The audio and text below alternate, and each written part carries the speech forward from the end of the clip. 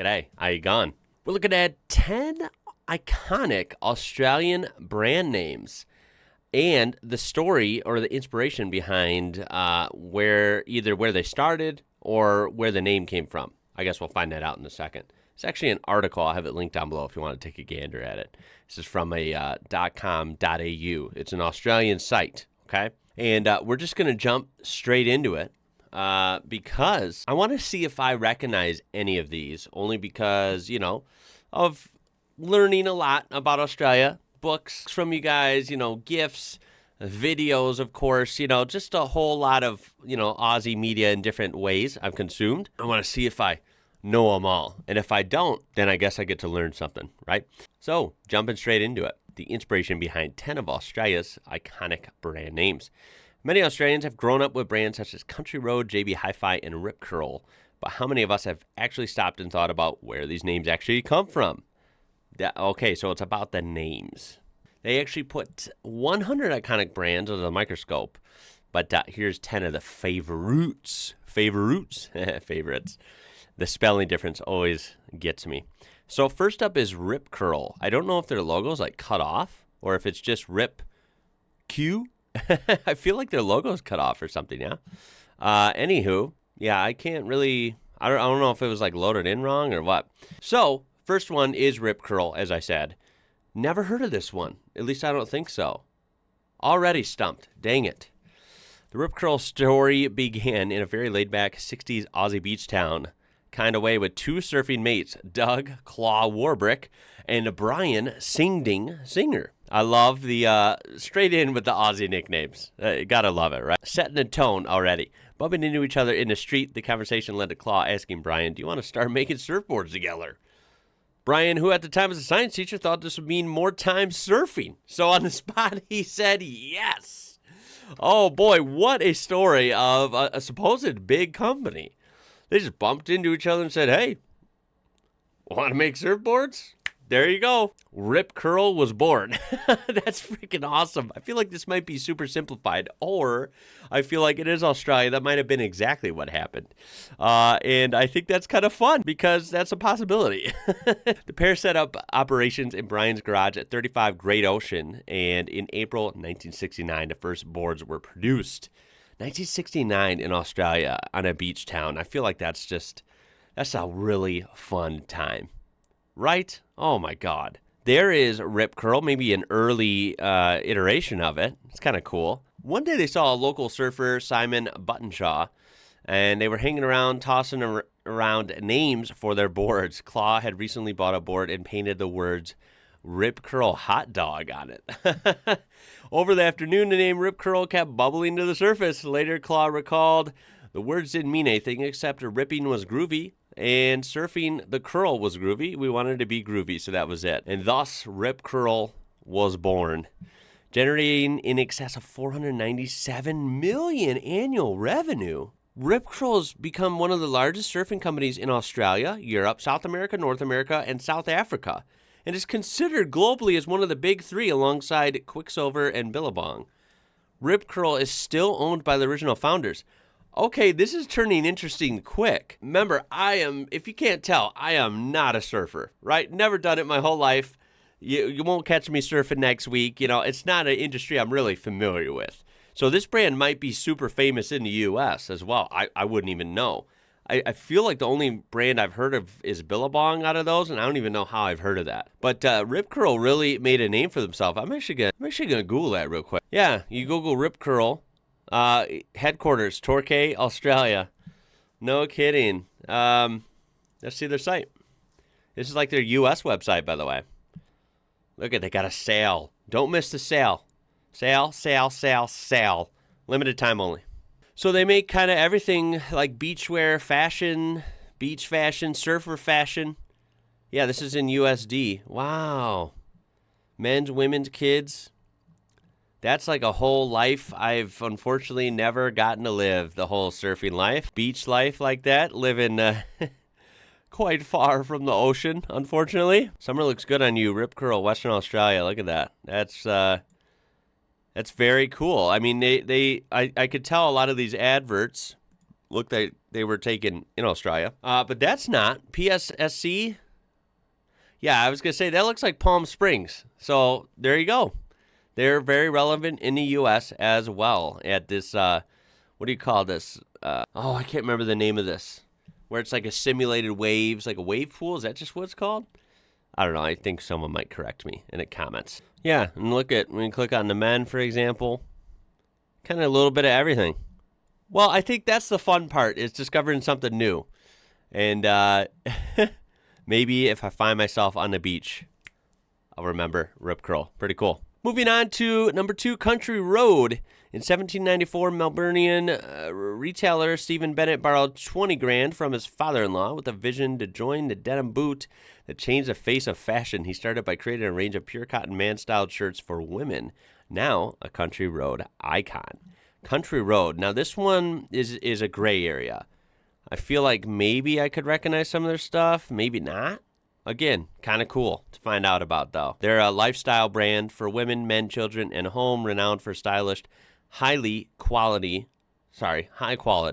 accessories and homeware. And they got the name because Steve wanted a name that would be enduring, a name that was not limited to one product or gender. Country acknowledged our foundations, a strong sense of authenticity and natural beauty, and the road represented a way forward. There you go. Country Road. Can't argue with that. It's a name that won't lose relevance, right? And it's a name that's not bonded, too tight to one thing. I recognize this bright yellow. This always reminds me of kind of Best Buy, or at least older branding of Best Buy that we used to have here. So they used to have the big, like, price tag logo or whatever, and it said Best Buy in big, block letters with the black and yellow, of course. And JB HiFi has that same theme, and I do know about them. So this one is one I definitely know about from you guys. We've gotten like JB HiFi bags and stuff, so it's pretty cool. The name, by the way, comes from 1974 in Melbourne's Northwest. The company was named after founder John Barbuto, who was affectionately known as JB. His simple philosophy was to deliver a specialist range of hi-fi and recorded music at Australia's lowest prices. Hence the name JB HiFi. Yeah, that is definitely, at least from my way distant perspective, I feel like this is definitely an Australian, like an iconic brand. So that's pretty cool. Smiggle, or Smiggle. No, I think it's Smiggle, right? This one I do not know. This was founded in 2002 by savvy retailers Stephen Mears and Peter Pauswang after identifying a gap in the market for fun and fashionable stationery for teenagers. Okay. The pair decided on the name Smiggle as a clever mashup of the words smiles and giggles. Smiggle. Wow, that's clever. Okay, we got a word merger here, and there you go. You got a brand. They were an instant hit, and looks like they do millions of dollars in sales every year. They have 290 stores in 7 countries. Sorry, not 70. 7 countries. So good for Smiggle. It's pretty cool. Jimmy Grant's, established in 2013 by renowned Master Chef judge and press club owner George Calambaris, Jimmy Grant's has become a local hit. The restaurant concept is cool to the core, inspired by heritage and tradition with a modern twist. The brand name was inspired by the story of George's family who moved to Melbourne from Cyprus in 1949. As the story goes, when I moved to Melbourne, I got a job at the docks. Everyone who came by the boat was looking for work like me, and no true blue Aussie could pronounce our names. Greek, Asian, or Middle Eastern, to them, we were just another immigrant, so they called us J-immigrants or Jimmigrants. Is that right? Am I getting that right? Jimmigrants. Jimmigrants, Jimmy Grants. Okay, I'm seeing it now. What a interesting, kind of weird, way for a name being born. But apparently this is like a franchise of restaurants. Is that correct? It says it has some Greek influence, clearly with like the light blue and the white, right? Splashes of Greek blue pop against the whitewashed brick walls, framing the horizontal stripe and a white cross of the Greek national flag. So pretty clever branding as well. Jimmy Grant's. Wow, never heard of that one. Then we have Vizy or Vizy. Or Vizy, I don't know, because like V-I-S-A, Visa, right? Vizy? I don't know. I'm thinking it's more of Vizy. Vizy Industries was established in 1948, small factory in Melbourne's inner city suburb of Fitzroy by Richard Pratt and 3 partners. They were given a loan of £1,000 to get things started. The men decided to name the company after Aunt Ida, which is who gave the loan, by the way.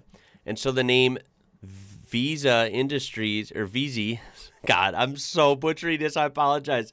Vizy Industries was born. Over the past 70 years, the company has grown to become one of the world's largest privately owned paper, packaging, and recycling companies, employing over 9,500 people across Australia and the USA. No kidding. And generating an impressive annual revenue exceeding $5 billion. I don't think Aunt Ida had any idea her little loan of £1,000 was going to get turned into billions of dollars. That's incredible. Wow. Again, I don't know why the logos are showing up wrong. Kind of weird. Also, anyone want to tell me in the comments, what really is this? Is it Vizy? Is it Vizy? Vizy? I don't know. My brain can't pick one confidently. I just can't pick one and go with it. I don't know. Then we have Opus coming in at number 7. This began its journey in Australia in 1981 as AusSat, an Australian government-owned company formed to deliver satellite communications to military and civilians in remote outback communities. Okay, it's pretty interesting. Formed in 1991, a new company provided a much-needed competition to the government-owned Telecom Australia, now known as Telstra. I've heard of Telstra from you guys as well. Given Australians' choice on international carriers. Inspired by this purpose, the consortium chose the name Optus, which is Latin for to choose or decide. There you go. That's clever. Macquarie Group. The Macquarie Group is a leading investment banking group employing more than 14,000 staff across 28 countries with over $450 billion in assets under management. Look at this. Have I seen this before? The hollow coin here? I don't know. I don't know that I have. By the way, the name came from Major General Lachlan Macquarie, an influential Australian governor in earlier 19th century. Macquarie was responsible for establishing the nation's first bank, and in 1813 helped solve a desperate currency shortage by importing 40,000 Spanish silver dollars. He offered a hole to be punched through each coin to make them unique. That's where that story comes from. Okay. Thus creating the legendary holy dollar. That's freaking awesome. If anyone has these nowadays, I'm assuming this is probably valuable. Yeah, I mean, geez, that's old, and it's very unique. This was one of the Australia's first examples of financial innovation, which embodies the organization's pursuit of practical approaches and profitable outcomes. And their logo, which is, of course, half cut off here, is supposed to represent that original holy dollar, which I think is kind of cool. And then we have Woolworths. Now, this brand I totally know. Good to see a familiar face, you could say. Let's see where Woolworths got their name. I love their branding, too, like the greens, the different greens, right? You have that base green, and you kind of have the gradient, right? The greenish into almost a lime or greenish yellow into the darker greens. It's just cool. It's a warm logo. I like it. What's interesting is I don't remember this, but I think my parents said a long time ago there was a chain or a store called Woolworths, I think, in the U.S., which is confusing because I'm like, was that the same company? What's the story? I don't remember it, so I don't have any input on it. But this does mention that there was a U.S. chain, FW Woolworth, that they were inspired by that name, the Aussie version. So they decided on the name Woolworths Bazaar. As the story goes, after discovering the Woolworth name had not been registered in Australia and having no plans in the foreseeable future for overseas expansion, Percy Christmas, one of the founders, dared Ernest Williams to register Woolworths. And so being a sucker for a dare, Williams registered Woolworths Limited on the 22nd of September, 1924. The original full name was the Woolworths Stupendous Bargain Basement. What a mouthful, huh? Woolworths has grown to become Australia's largest supermarket chain, operating 995 stores and employing 115,000 people. Wow, that is pretty interesting. So if there was a Woolworths here in the U.S., it was not related, I guess, like not the same company. And then finally, rounding it off with Deluxe, I guess this is pronounced. The Deluxe brand began in 1904 in Australia. Over the years, has more name changes than a Harbour Bridge has had coats of paint. It was Australia's first paint manufacturer way back when. And like they said, they've gone through a lot of name changes. In 1971, upon realizing that no one knew who Balm was, like a previous name they had, The company changed its names to Deluxe Australia. The name Deluxe is derived from the words durable and luxury. Oh, clever. Okay, I got you. Following a string of mergers and acquisitions in July of 2010, Deluxe was spun off from Orica to become a separate company. The new company was called Deluxe Group. So they make paints still to this day, I assume, right? Very fascinating. It's funny, some companies you don't think about, like paint companies. I don't really even know that many in the U.S. It's not something I think about much. I guess DuPont from NASCAR, right? Jeff Gordon back in the day, DuPont makes paint. Doesn't 3M make paint? Maybe they make like everything. I don't know if that would count. Dutch Boy, like I know paint for your home, like we see in this can. You can buy a Dutch Boy paint. That's a brand. And then what's the other one? I'm thinking it's like red and blue, their logo. Oh, it's like a name. Hold on. Let me look. Sherwin-Williams. Sherwin-Williams is the other one I was thinking of. They're very famous here in the U.S. as well. So do you guys have any of those? You'll have to let me know. I don't know if we have Deluxe here. I'm assuming we don't, but you never know. Anyway, that's going to do it for this one. I really hope you enjoyed that. I actually did. I really enjoyed that. It was a lot of fascinating facts that I really didn't know about.